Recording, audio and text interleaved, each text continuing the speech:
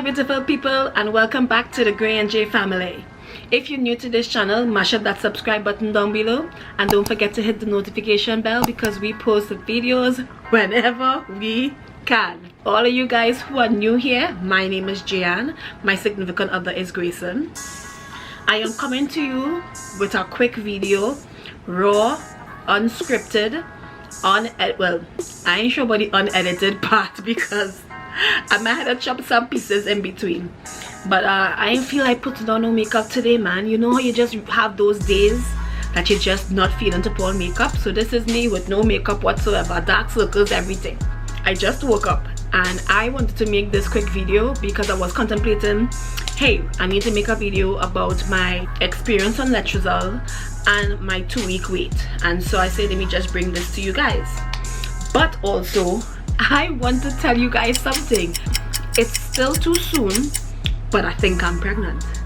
I think I'm pregnant, and I'm gonna tell you why. Well, I'll tell you throughout the video why.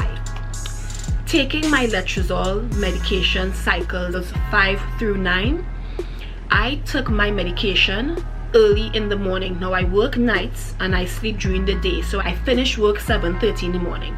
So I take my letrozole like around 5 o'clock in the morning, right? Well, 2, 3, 4, 5, around that time. I took the tablet, you know, give it time to go through your body, go through your system.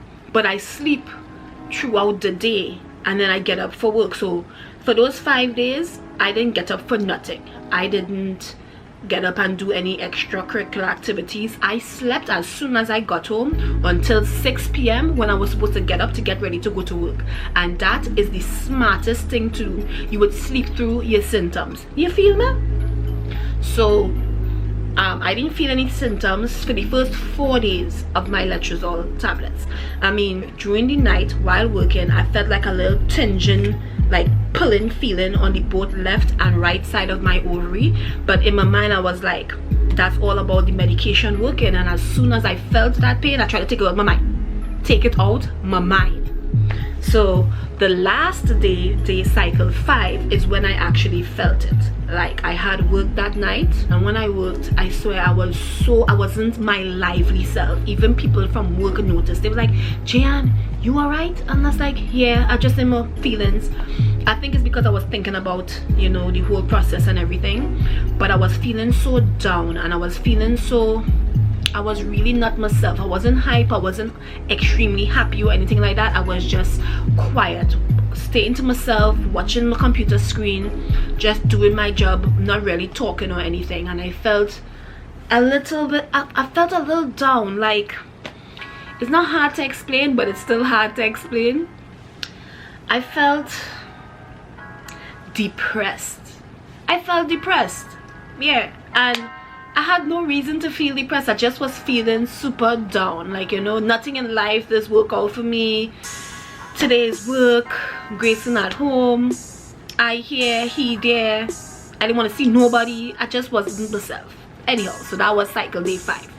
OPKs. So when I started my journey after my miscarriage in September and October of last year, I did OPKs every single day after my period.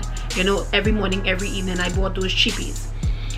Being that I have PCOS, those ovulation predictor kits did not work for me because it showed within the time that I was testing 4 or 5 times I was at a peak. So I was like, I couldn't gauge when I ovulated from when I didn't. But what I did do is that I went to the doctor's office when I supposedly ovulated, and a week after took a progesterone test, and my progesterone test in September was 1.7 and my progesterone test in October was 4 point something, can't remember, 4 point something.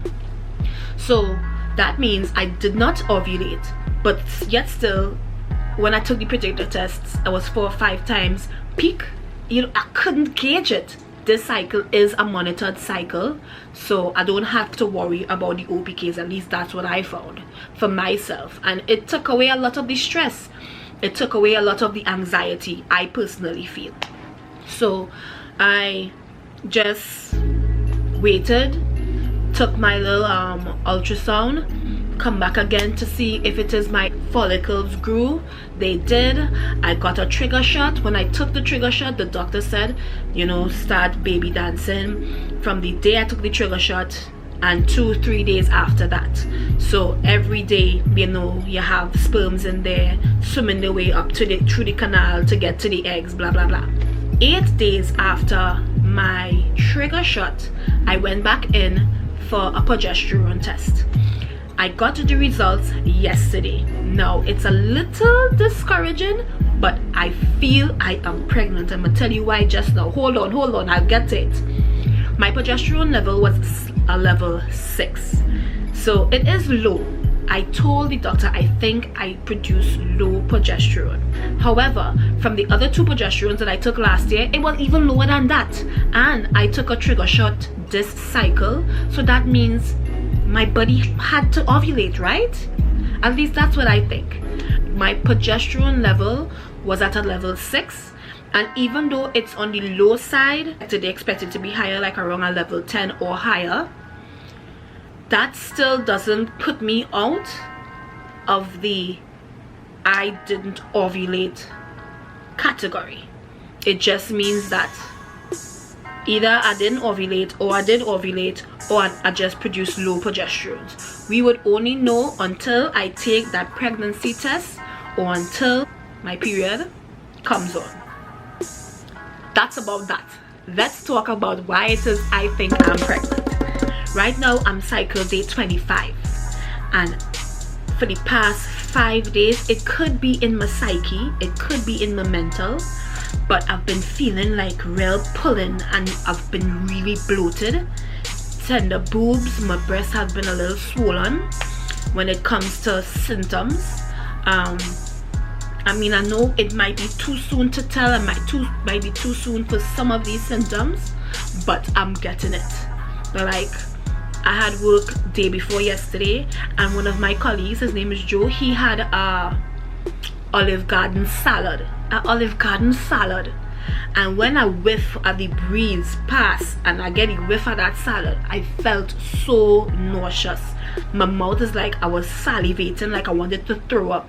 And every time I thought about it, I was like, no Gian, it's in your psyche, it's in psyche, take it away. But I had to walk away a little bit and then come back, and I was fine.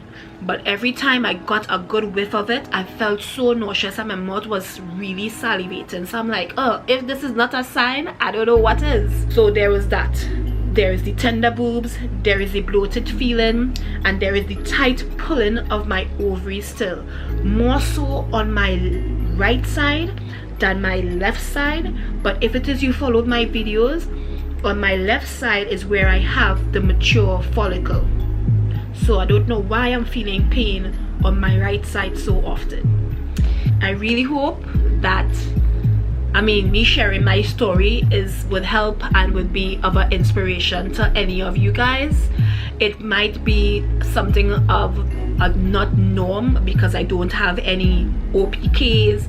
I didn't really have any symptoms when it came to my letrozole, and it's only because, listen, during your trying to conceive journey, your TTC journey, you had to be smart.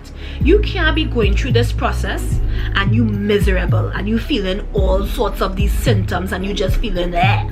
You want your pregnancy to be blissful and just full of joy.